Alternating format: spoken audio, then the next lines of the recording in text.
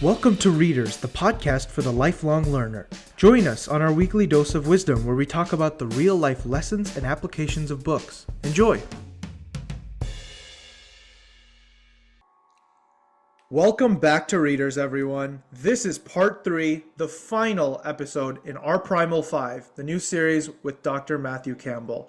Welcome back to the podcast, Matthew. It's a pleasure to have you here, and I'm looking forward to this final discussion. Yeah, me too. Thanks for having me. Absolutely. Over the last few conversations, we've talked about a lot of things. We've talked about sunlight, we've talked about sleep, movement, and social connections, right? The core habits that kind of help regulate your body, steady your mind, and also create a healthier baseline for daily life. And so today we're going to be closing the series with week 5, replacing junk. And I think obviously this sounds pretty simple and it's just like, 1 week, what are we really going to talk about? But I think this means a lot more than just food, right? It means taking a look at everything from obviously, the food and drinks that we consume, but also the substances and information that we consume every day, right? The things that quietly shape how we feel, we think, and we function. And really, this episode is about something even bigger, right? How that change actually lasts. Because, the truth is, most people don't really struggle because they never began in the first place. They struggle because sometimes they do begin with good intentions, but they hit a stressful week, they fall out of rhythm, they start to believe that they failed, and I think I can personally attest to that as someone who tried waking up at 6 a.m. after that first discussion and failed miserably the second week. But I think, your work, Dr. Campbell, here pushes against that idea, right? The goal is not a certain level of perfection. The goal is building compounding habits that are simple enough, realistic enough, and human enough, right, that you can keep returning to over time. So today we're going to be talking a little bit about what to remove, what to replace, and how to actually make healthy change stick in real life. We can begin whenever you're ready. I'm ready. Let's go. Awesome. So let's start with the core idea behind this section, right? Because I think a lot of people know that they have unhealthy habits, but I'm not sure if they fully understand why those habits feel so powerful or just so alluring, right? I mean, I think in week 5, you frame junk as something that hijacks our primal wiring. I think, what do you think people misunderstand most about why whether that's junk food, social media, alcohol, or even the news can just feel so hard to resist? Right. And we refer to it as junk because, as you said, it's hijacking the primal aspects, our primal functioning. And so for the most part, this has to do with hitting dopamine and hitting these, short-term pleasure areas of our brain, or fear, or other things that are used that are very basic and essential to us as humans. And these different things kind of approximate them. So they give us something similar, like, for example, our foods filled with processed sugar and things like that. And of course, we hear that, and I think oftentimes when we hear things like that, it can almost sound paternalistic. It can sound like, maybe too goody two shoes or something like that, because it's, oh goodness, they're talking about our food and all this. But the message is not, again, that we're made to be perfect. That's impossible. But what we're trying to do is get better at for example, with food, trying to consume as naturally as we can. We're going to have days where the time is short and the wallet is light, and we're going to just try to grab something quick and cheap. But for the most part, we want to just try to recognize that we want the natural benefits of things rather than these ones that are kind of just created. Yeah, I got you. I think this really makes me wonder about what's going on underneath these habits almost, right? Because if I feel like people aren't just reaching for this sort of junk for no reason, right? Whether that's, the news or just social media in general, food, anything. I think, and let me know if I'm looking too deeply into this maybe, but I feel like there has to be some sort of almost psychological principle or, something underlying behind underneath the behavior, right? Whether that's, a need or seeking comfort, escape, stimulation, right? Maybe it's numbness or something else, right? What do you feel like is really the deeper psychological almost reason that we're so attracted to these things that we know for a fact in long term are not going to benefit us, and often we even want to stop, but it's just so easy to I don't know, pick that piece of candy off the shelf, or finish the last cookie in the jar, or scroll on Instagram or TikTok or whatever, right? A few minutes before class or in the elevator or whatever that may look like, right? Knowing that it's wrong, knowing that it's bad, and even wanting to change it. Why does that so hard? And does that really tie into a deeper psychological need somewhere down that we don't even know? Well, what I'm trying to do in terms of our Primal Five and the workbook, I'm trying to kind of keep it simple and keep it uniform.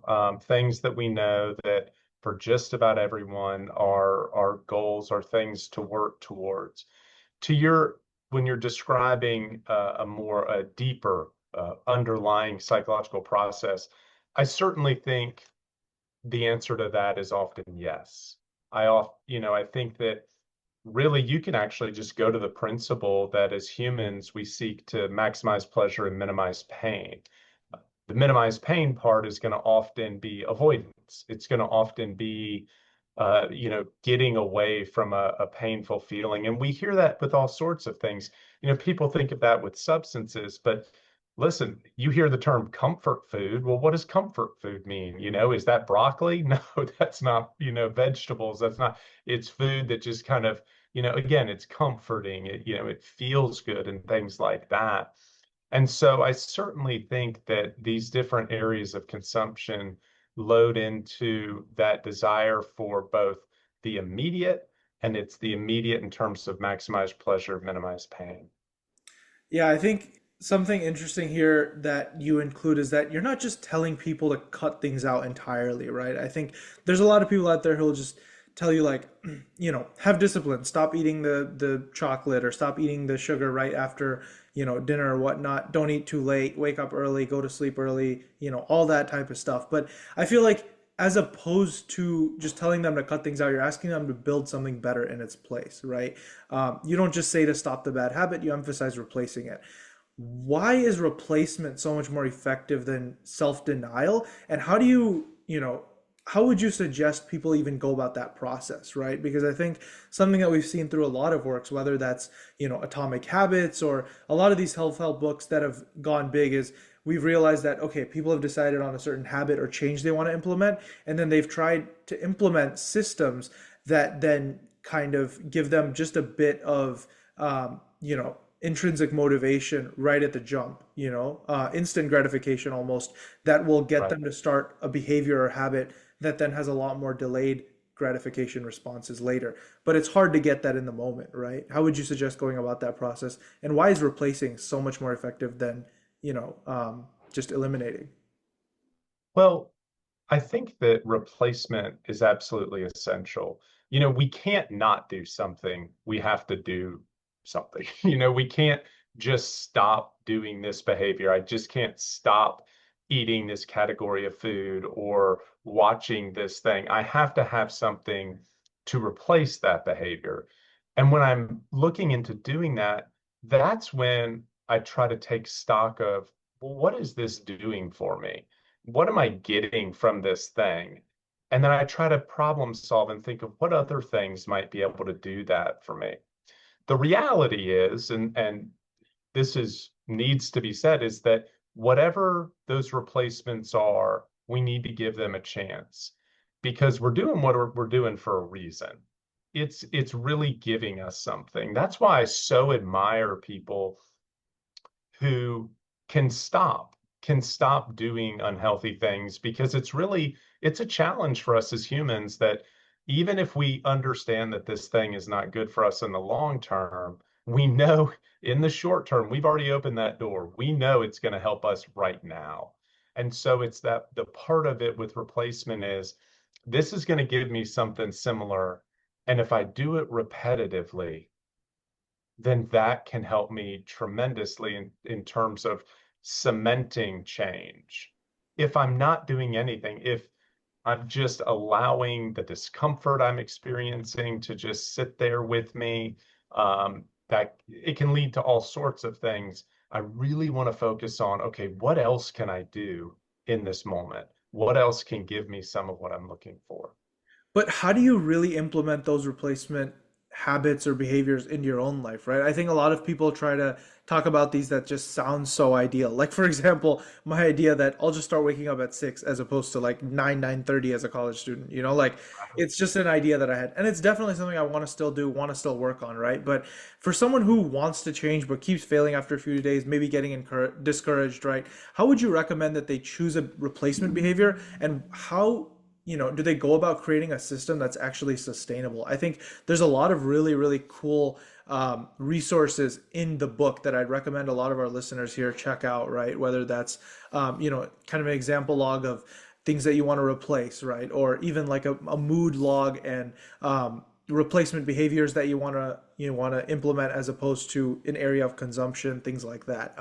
And so obviously that's something I highly recommend everyone check out. But even when looking at your own life, maybe you've implemented some of these into your own daily life or your kids' lives or people that you've seen do this effectively. How would you recommend someone like me or just anyone in general actually go about implementing these sustainable replacement behaviors? I know there's no, one size fits all magic bullet that you can give me here, but if you can at least walk us through a mental framework of how to find something that is real and sustainable, or at least a place to start, I think that would be great for a lot of our listeners.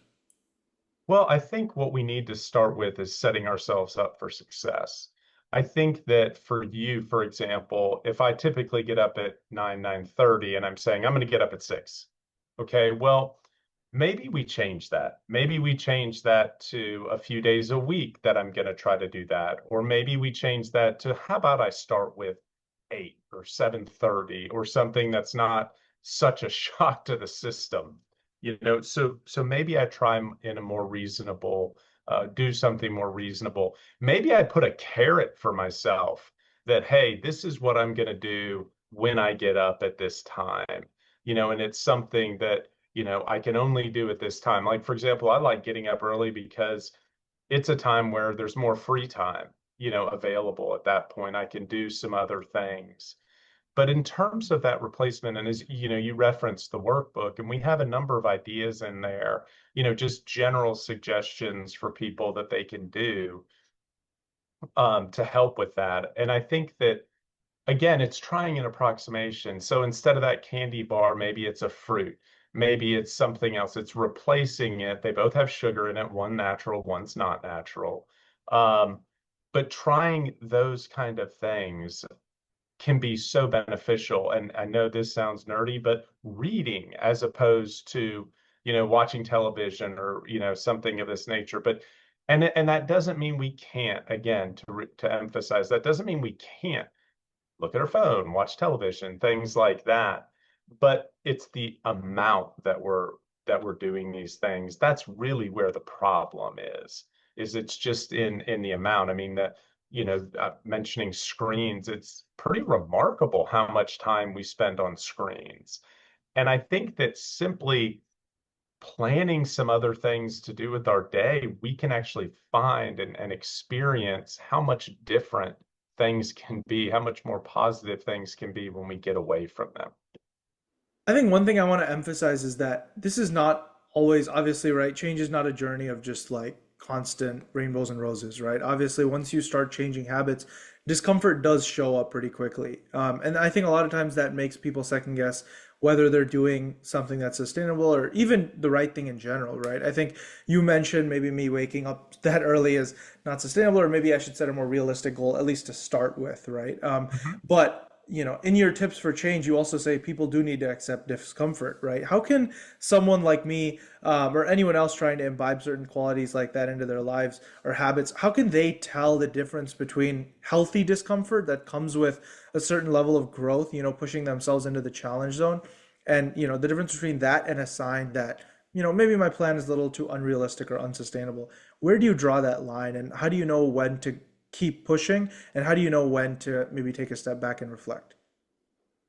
Well, that's a tremendously important part of the change process. The example that I often use is if I were to ask you if today, if you were to go into the gym, if you were to go into the gym and you walk out of the gym and you feel the exact same way as when you walked in, what would you say about that workout? Probably wasn't very good. Why? You didn't push yourself too much. Right, because you're not sweating Yeah. or you're not experiencing any fatigue, those kind of things, because those are uncomfortable, but they're indicators that we did something. So change inevitably involves discomfort. Any change that we engage in will involve discomfort. It's growth. Growth is, discomfort is going to be part of growth. And so I think a lot of times we can just tell, for example, if I'm feeling kind of that urge for sweets or things like that, hey, that's part of it. That's part of it. We know that logically, we know that moving in this direction is healthy.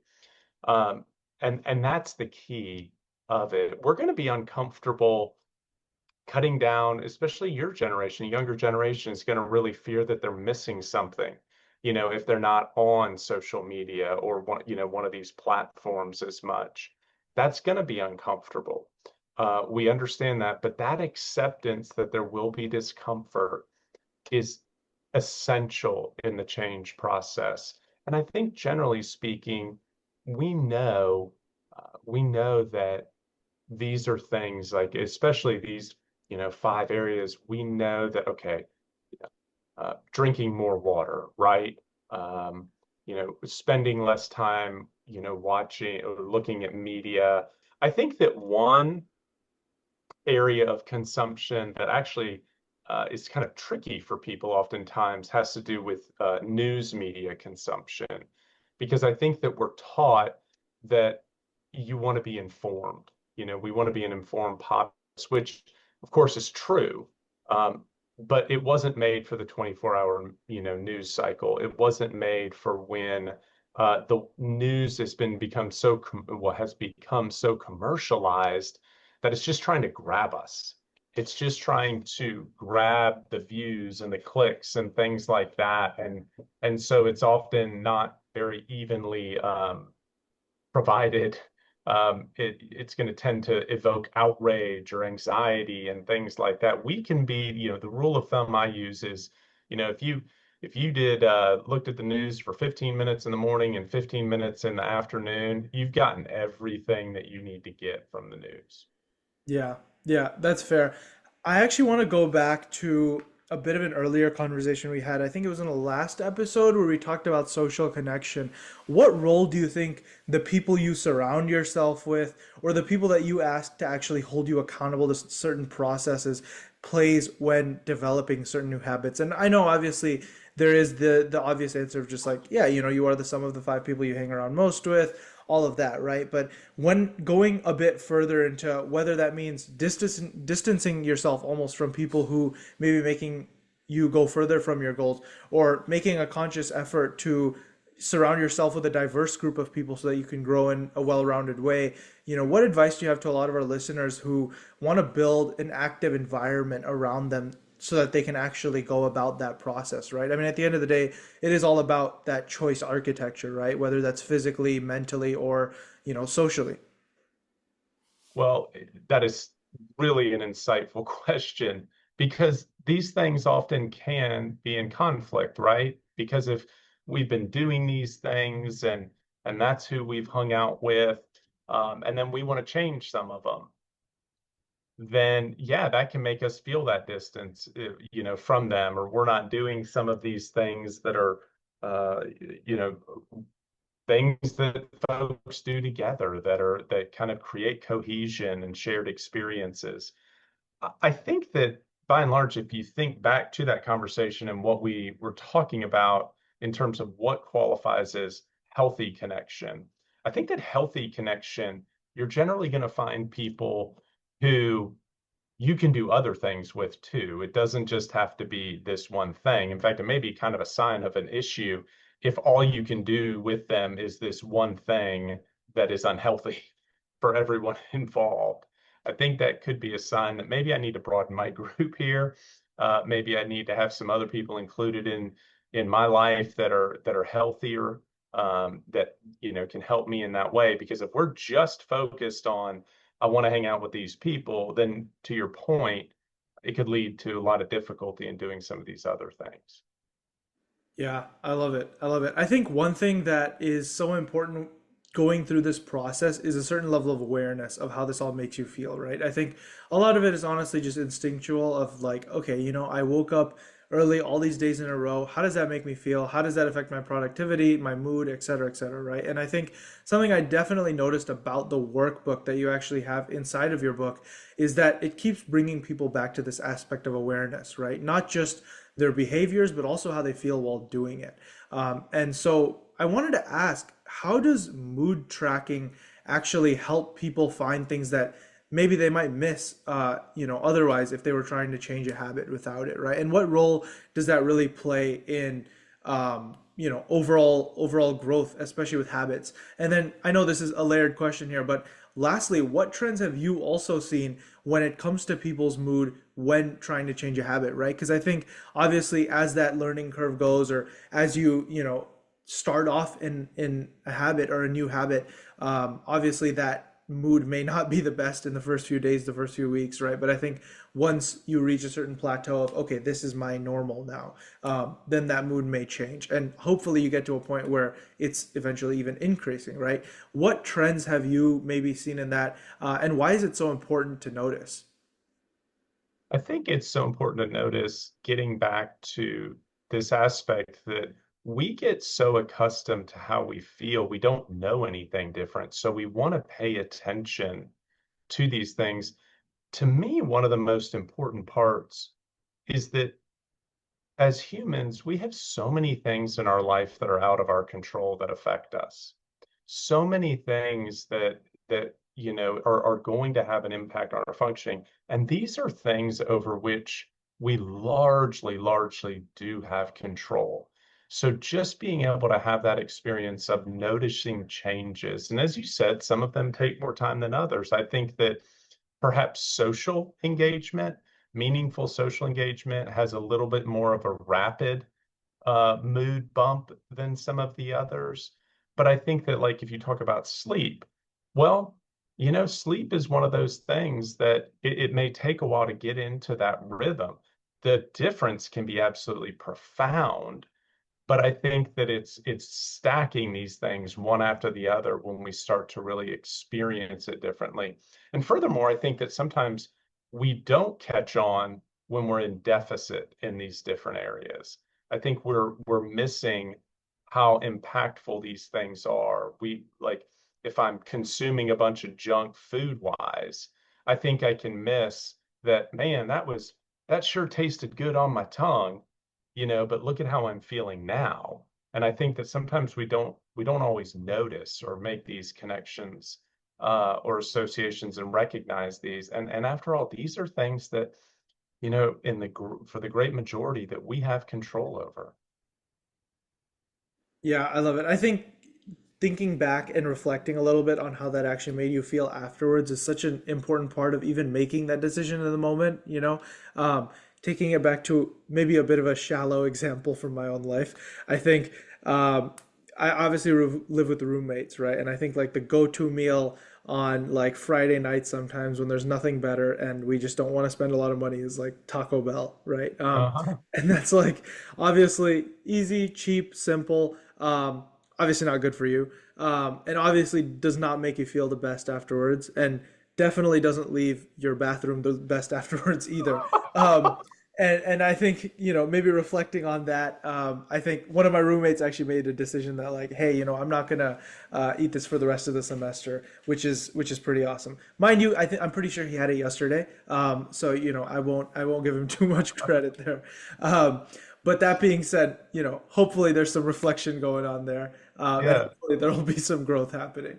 Um, but last question here. I know we're getting to the end of our time here, but just to close out, right? I want to talk a little bit about maintaining these changes, right? Because I think obviously beginning is tough, even in the middle, getting to that place where even at least in the beginning, I feel like you have a certain learning curve that's so steep that you're almost motivated by your own momentum.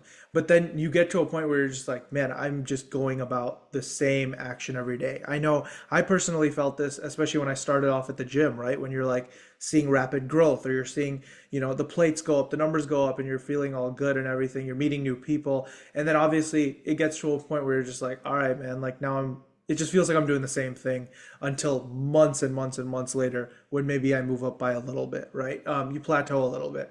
But just to zoom out and look at that bigger picture, right? Because the real challenge here isn't just making changes for a week, it's actually about carrying them forward and compounding them so that you can grow in other ways as well. What does maintaining these healthy changes actually look like to you in real life, right? I know this whole book has been through this framework of 5 weeks, but is that, is success to you success about a certain level of perfect consistency? Is it about just working on one or two habits and getting really deep into them and perfecting that? Is it about casting a wide net and trying to improve just a little bit in a lot of different areas, being well rounded? Is it about returning to these practices and constantly be trying to work on a new habit every time? What does success in maintaining healthy habits really look like to you? And what can our, listeners today take away from this discussion thinking that, okay, when I start this and when it gets hard, here's what I want the endpoint to look like? Uh, so the first thing that I would say is that it can be helpful for us, and the workbook tries to do this, and holding on to these things can be helpful, but it's really trying to remember where we started from. And it goes back to what led us to want to change any one or all of these 5 areas. What was happening so we have a recall? Because sometimes what can happen when we hit, as you described, the plateau, one of the things that can happen is our memory oftentimes is not crystal clear. And so we can think back to some of those things that we enjoyed with how we were doing it previously. And our memory is not going to be really sharp with, why did I want to change this in the first place? There was a reason. And so I think that that can be very helpful. But in terms of an overarching idea behind this, what I have found is that when people recognize that being a human and living is constant movement, we never get there, essentially, is the thing. No, we're not made to. So, for example, I've worked with a number of people who have had some really amazing achievements in their life, have done some things that are pretty amazing, pretty awesome. And there was this idea that once I achieve this goal, it's almost like a romantic comedy. They cut it off right there at the happy point. They don't talk about the rest of it. But it's this idea that we're going to hit this mountaintop and then that's it. I don't know what we think of after that. But that's not life. We're always moving. There's always going to be energy, and we can't stay still in our lives in general. And so I think that one of the things I've seen very helpful to people is once they start improving in these areas, if they set, okay, now what's a goal for myself? What else can I do? So let's say I'm getting up every morning and I'm walking, and I'm trying to increase my percentage of clean meals throughout the day. Okay, these things are great. Well, what about I'm going to walk a 5K? I'm going to run or jog a 5K. I'm going to do something else that can help me because it's this other goal, but it's going to be really important to keep these habits that I've started to develop. And so it's trying to recognize we need movement. We're made to move. We're made to be active. We're not going to reach a point at which, okay, it's all done. I just do this and everything's fine. Yeah, yeah. Dr. Campbell, thank you so much. This was incredible. I feel like one of the things that makes this series so powerful is just the fact that it brings something, brings our listeners, brings people back to something that's honestly so simple, but really easy to forget, right? I mean, a lot of the time, feeling better doesn't actually just begin with some crazy or huge life overhaul. It just begins with getting back in rhythm with the way we're actually meant to live.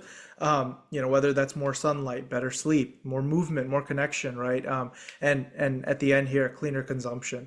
These things sound really basic. I don't think anyone would argue that any of them are bad for you, but they're powerful and they're very, very forgotten. And I think the most important part of it is doing each of these very intentionally, right? I think there's a lot of facets to a lot of our lives. There's a lot of things we all find important here, but I think the real takeaway from this conversation and the past two that we've had is that there's no need to go and revamp or fix your whole life tonight, right? You don't need the perfect routine, the perfect mindset, the perfect week. You just need one small change that you can go deep with, that you can actually carry into your real life. So, to everyone listening, let this be your challenge. Pick one thing from this series and start today, right? Maybe that's stepping outside for a 10-minute walk tomorrow morning, right? Maybe it's putting your phone away a little bit earlier tonight. Maybe it's going on a walk, texting a friend you haven't talked to in a really long time, or replacing one unhealthy input with a bit of a better one, right? Keep it simple, keep it realistic, and hopefully let that one change become proof that you can build momentum, even if that's starting in your college apartment, right? So, and Dr. Campbell, thank you so much for joining us for these episodes. It's been an absolute blast. And before we wrap up here, I'd love for you to share where people can find you, where they can get the book, and anything else that you just want the listeners to check out. Absolutely. Thank you so much for having me. And, the overall message, as you said, is we need to live in a way as close as possible to the way our bodies were made. And when we don't do that, we tend to become depleted. And whatever we have a predisposition to, whatever things that we're more likely to struggle with, are much more likely to come about and affect us. As far as the workbook, it is available on Amazon, and so that is available, Our Primal 5. And we're in the final stages of developing an app. And so the app will be something that people can use to record these different areas, these different behaviors, throwing in some features that are going to help with what you were saying in terms of finding associations between our mood and our tendencies and what they make these things more helpful. So that'll be out soon. So hopefully you can check that out. And but yeah, definitely pick up a copy of the workbook. Absolutely. To everyone listening, if this series helped you, if it just grounded you a little bit, made you remember something, send it to someone in your life who might need it too, right? Sometimes the best thing you can do is to share it with someone, and not just share noise, but hopefully something that, makes them feel a little bit more grounded and brings them back to the basics. Thank you all so much for listening to Readerzz. And until next time, keep on learning, keep on changing, and keep on growing. We'll see you next time.